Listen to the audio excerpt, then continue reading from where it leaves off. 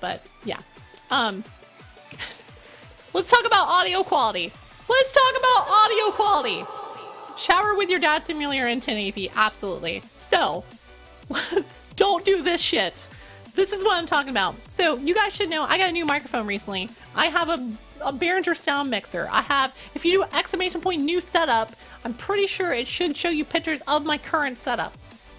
I spent a lot of money getting a higher audio quality. Keeping that sound balance, keeping everything good. We're gonna talk about, like, let's not do this shit. Do not do this shit. Do not go into a stream and literally have your eardrums blown out because the person has a shitty microphone. Get a good microphone. That's one of the first things I want to talk to you about. Don't get this shit. Whatever this is, whatever this shit is, don't get that shit. Don't have like one of those, like, you know, headphone attached microphones. Spend some money to get yourself a decent microphone. You want to look at anything pretty much above $100. I know that sounds expensive, but it's worth it. Especially considering that if you are talking as much as you need to be talking, your voice needs to be coming over clear. So when you have a shitty microphone, it's evident. It's evident. You can be the best streamer in the world with a shitty microphone. They're not going to watch you. They're not going to watch you. So don't get that shit. Seriously, don't get Magic Mic. It's terrible. The other thing is, this is like a pet peeve of mine, so I'm gonna go into detail on this. Don't clip your wings. What I mean by this is don't clip your fucking mic. Clipping on mics and streams is the worst fucking thing ever. Clipping is a rampant problem across Twitch because no one knows audio settings. Simcopter with a resub hype. Sim, we've brought you up a couple times in the stream as an example of a fantastic streamer who has a very chill cast. It's very, very different from mine, but very fantastic as well. Sim, you are such a saucy boss. The leader, founder, and creator of The Lounge, and one of the guys who literally got an amazing start on Twitch. Simcopter, guys. Go follow him if you don't know him, but let's get back to clipping your mic. So what I mean by clipping is, what this is when your microphone hits the maximum volume it can accept as input, you get distortion on it. You get distortion. It's actually how electric guitars originally created distortion. They just cranked up one volume and cut down the other. Basically what you want to do is you need to go into, you know what? We're actually going to take you guys through this. Let's actually do this. Let's actually show you what I mean by clipping on your microphone. So let's add this. Hold on one second. Sound. All right. Let's talk about this little window right here. So if you haven't seen this window before, this is on Windows, of course. If you're on another system, fuck you. I don't know what to do for you, but you can probably do something similar there. So this is your microphone settings. You can see I have two ones going up. Ignore this one down here. This is my input from my mixer. This is my microphone volume. You can see right here that occasionally, if I talk really, really loudly, it hits the cap. This is bad. Luckily, I have everything else set over here where it's not hitting the cap. You'll notice that this is actually what you're hearing on stream. This is my music. Everything right here is coming through this. Now, what we're going to be talking about with this is your audio quality needs to never, ever hit this cap. Even if I scream, it never hits the cap. Whether that's training yourself to step away from the microphone like I just did, or it's training or setting your settings correctly, you need to have it never hit the cap. So what you need to do is go into your settings, get your settings right to where you literally lower the sound volume until it never hits it. So if you look at the levels, let me add that capture really fast. We went to properties really fast. And you'll see here, hold on, that we now have settings right here. And we went to levels on this is on the microphone that we went to. And we went to levels, you notice I have this at 6 volume. 6 fucking volume. And there's a reason for that. And even then, it's still clipping occasionally. Now, luckily, you guys don't hear this microphone. Only my mods do when I'm talking in Discord, so not a big deal. But when it's at 6 volume here, it's still clipping. And this is what I mean. If you have even a remotely good microphone, lower your microphone input volume. Lower it so you never hit this clip. Because when that happens, you're going to get the worst fucking sound coming out of your mic ever. It's why so many people go into other streams and you go, oh god, they sound terrible. They don't actually sound that terrible. They just have their settings set wrong. Now, keep in mind, when you do lower your microphone volume, you need to adjust all your other volumes. So there's a big thing with coming into setting your sound balance.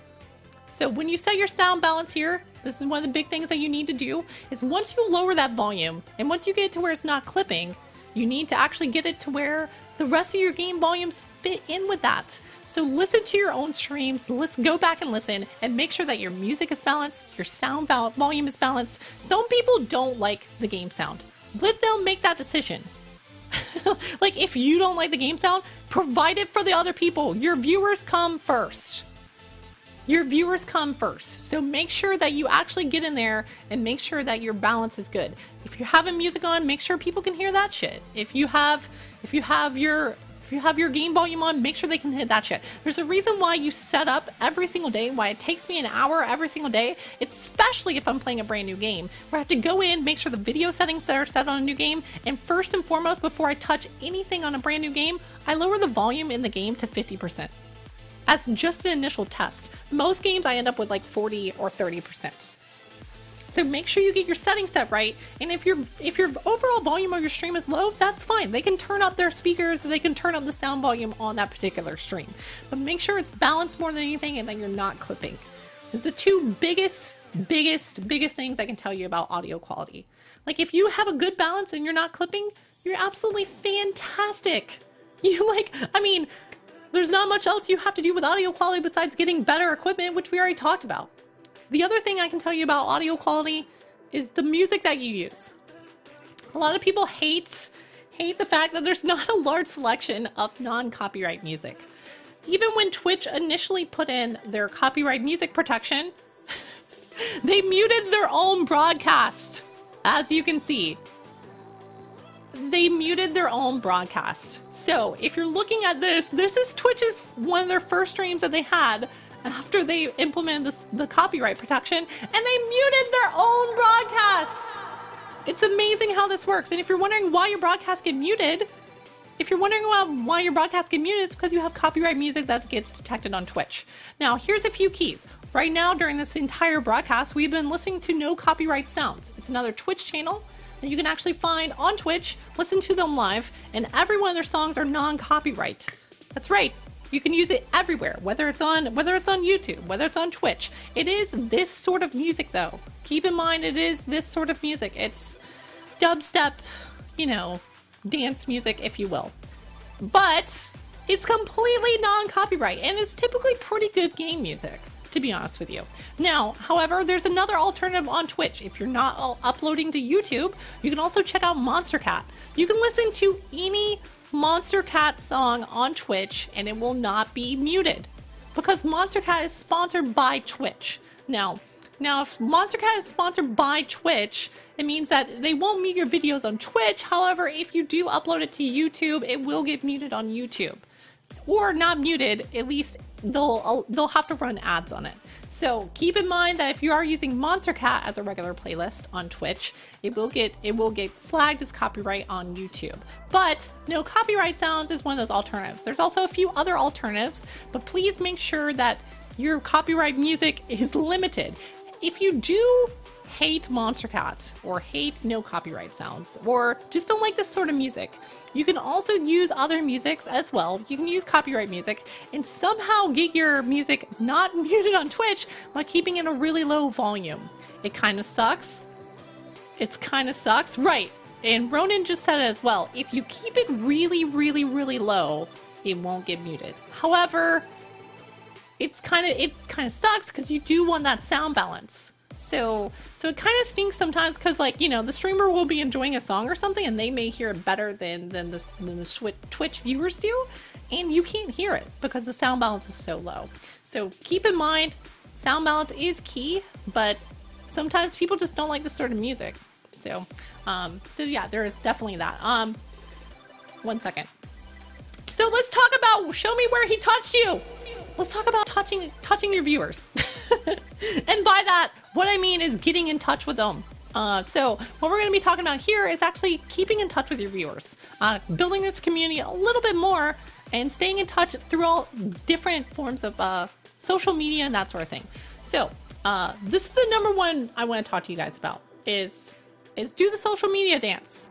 Seriously, social media is key to Twitch. If you want to go on Twitch, if you want to become larger on Twitch, if you want to take that Viagra and grow on Twitch, definitely get on Twitter. Every single large streamer I know is on Twitter. It is their number one source of not only letting people know where, when and where they're streaming, what they're streaming, everything like that, but it also lets people keep in touch. If you're a viewer and you want to stay in touch with your streamers, get on Twitter. It may suck because you're like, I don't even use it for anything. Use it just for Twitch. Use it just for streaming because that's all we use it for, a lot of us. Some of them use it for, you know, everyday activities, but for the most part, Twitter is just that. It's just, hey, letting people know this quick little tidbit, I'm streaming at this time. And that's, I mean, that's pretty much it. So yeah. And then there's Facebook. If you already have an established following on Facebook, make a Facebook page. You know, like get those people from your normal Facebook over to your Twitch Facebook. Make a separate Facebook thing. Keep a separate Facebook thing.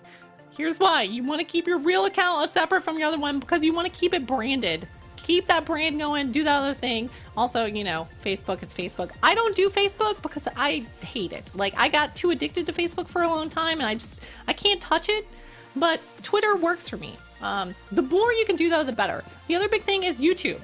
YouTube is amazing for only one thing, sending your highlights there. We don't talk about YouTube. Eugene, another amazing streamer with a 7-month resub. Eugene, thank you so much for the resub, bud. 7 months, you are smashing and you know it. Eugene, thank you for supporting the stream since we literally had that sub button. You are amazing. Yes, and if you guys are looking for any other additional info, Simcopter is keep putting a lot of additional info in chat right now. Definitely pay attention to what he says. He's very successful. He's more successful than me at Twitch. So definitely listen to him. He knows what he's talking about. And what the fuck is an Instagram? In all seriousness, Instagram is a great way for people who are a little bit more public about their lives and want to know everything about your lives. It's a great way to stay in touch with your viewers. This is all about building your community some more. So definitely look at everything there is that you can reach out to your viewers and touch them in every way. In every way. So let's get in a little bit more detail about Twitter, by the way. Twitter is literally it's your connection outside of Twitch. Like when I went to TwitchCon, you can find out everything I was doing during TwitchCon through Twitter. You can find out everything like that's happening with the stream through Twitter. So definitely take a look at Twitter if you haven't done so. All right. And then what you want to do is, here's one of the biggest keys with Twitter. Here's one of the biggest keys, or with any social media that you have. Let people know 4 to 6 hours ahead of each stream. Ahead of each stream, let everyone know 4 to 6 hours. You're like, that's a lot of time. Maybe I can't let them know. Try to let them know as soon as you can if you can't do 4 to 6 hours. So here's the reason why. I've tested this as much as possible. I've tested 2 hours. I've tested 1 hour. I've tested, 3 and 4 hours. To be honest with you, anywhere between 6 and 4 hours is optimal to let people know ahead of time while they're going about their normal everyday activities that, hey, coming up tonight or coming up in the morning or whatever, that we're going to have this stream. So it gives people something to look forward to. And that way they can show up at the start of your stream every single time. Here's the other big thing. Use pictures when you're tweeting. It sounds ridiculous, but people don't read.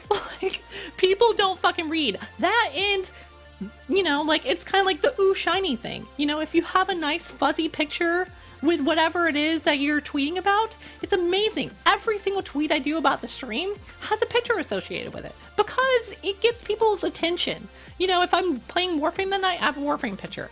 If I'm playing XCOM that night, I have an XCOM picture. If I'm playing Dark Souls, I have a Dark Souls picture. Use fucking pictures. People don't fucking read until they see something they want to read. So give them something they want to read about. So use fucking pictures. It sounds ridiculous, but people are just, just scrolling through. They scroll through Twitter as fast as they fucking can until they see stuff that catches their attention. So yes, do that as well. Uh-oh. Okay, something derp there. But here's the other thing. make sure you do not use specific times. If you are using specific times, so if say like you're like, hey, I'm streaming in 6 hours, and say that instead of saying I'm streaming at 6 p.m. Eastern time. So you'll notice I tweet about noon every day my time, or 1 o'clock or 2 o'clock my time as soon as I can. But what you want to do is not mention the exact time on your time, because not everybody, the majority of people who watch your stream are not on your time. So they have to go through and they have to work to convert that time to whatever time theirs is. Don't do that. Just let them know, hey, in 4 hours, that's when I'm streaming. And all they have to do is look at the clock and say, oh, 4 hours from now. Got it. That's it. You do the math for them by making it easy for you as well, by just saying, hey, in 6 hours, I'm streaming this, or in 4 hours, I'm doing this as well. Make sure you don't list the exact specific time, because people don't want to work. Yeah, don't say I'm starting at 1 a.m. Don't say I'm starting at 5 p.m. or whatever it is. Say I'm starting in this number of minutes or this amount of hours. Like I said, math is hard. People can't do math. Math, not even once. Seriously, don't inject math, kids. Math, everything. And then we'll come back to that. We're going to continue this on the next episode of the Viagra For Your stream series.